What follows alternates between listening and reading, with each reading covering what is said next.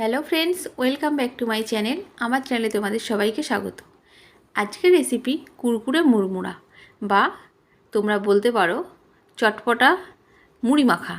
তো চটপটা মুড়ি মাখা বা কুরকুরে মুড়মুড়া কিভাবে রেডি করলাম, তো চলো সেটা দেখে নিই। এখানে নিয়ে নিয়েছি পেঁয়াজ কুচি, কাঁচা লঙ্কা কুচি, ধনেপাতা কুচি, আর নিয়ে নিয়েছি একটু আদা কুচি, রসুন কুচি, কিছুটা পরিমাণ চানাচুর, আর নিয়ে নিয়েছি আম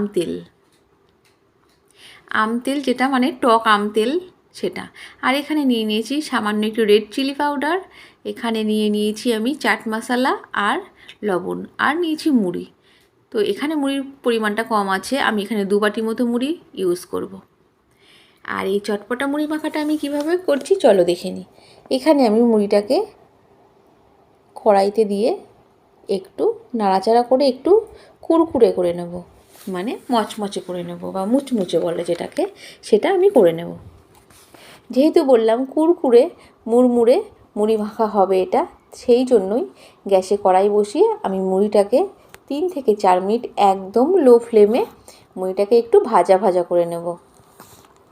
মুড়িটা ভাজা ভাজা করে নেওয়ার পরে একটু ঠান্ডা হওয়ার পরে কড়াইতে আবারও কিছুটা পরিমাণ, মানে সামান্য হাফ টেবিল স্পুন মতো আমি দিয়ে দিলাম, বা 1 টেবিল স্পুন মাস্টার্ড অয়েল। তার মধ্যে দিয়ে দিচ্ছি কুচি করে রাখা রসুন আর কাঁচা লঙ্কা কুচিটা। কাঁচা লঙ্কা আর রসুন কুচিটাকে একদম লাল লাল করে ভেজে নেব। এই মুড়ি মাখার মধ্যে যদি তুমি এইভাবে রসুন আর কাঁচা লঙ্কা কুচিটা দিয়ে মুড়িটা মাখো, আর তার মধ্যে দিয়ে দিলাম একটু রেড চিলি পাউডার কালারটার জন্য, তো দারুণ লাগবে খেতে। এই যে রসুনের একটা স্মেল, এটাতে কিন্তু পুরো মুড়ির স্বাদটা চেঞ্জ হয়ে যাবে।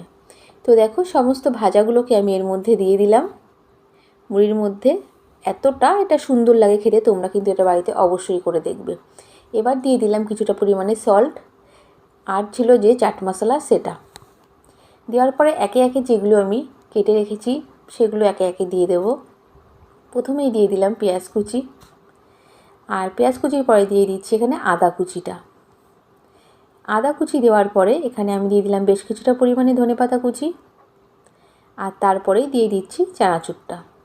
তো এখানে আমি চানাচুরের সাথে কিছুটা পরিমাণ ভুজিয়া যেগুলো হয় সেগুলো আমি একটু মিশিয়ে নিয়েছিলাম, আর দিয়ে দিলাম আম তেল। এবার সমস্ত উপকরণগুলোকে ভালো করে মিশিয়ে নেব। এই কুরকুরে মুড়ি মাখাটা খেতে এতটাই সুন্দর লাগে, এর মধ্যে কিন্তু আমি কোনো রকমের শসা বা টমেটো অ্যাড করছি না। তার কারণ কি, কুরকুরে মুড়মুড়ে মুড়ি মাখাতে শসা আর যদি টমেটোটা ব্যবহার করি তাহলে সেটা আর কুরকুরে ভাবটা থাকবে না, তো সেটা কিন্তু মানে মুড়িটা নরম হয়ে যাবে। তো সেই জন্য এখানে আমি শসা আর টমেটোটা অ্যাভয়েড করেছি। এইভাবে মুড়ি মাখিয়ে তার সাথে আমি ভেজে নিয়েছিলাম ক্যাপসিকামের পকোড়া। এই মুড়ি মাখা আর ক্যাপসিকামের পকোড়া থাকলে কিন্তু সন্ধ্যের স্ন্যাক্সটা পুরো জমে যাবে।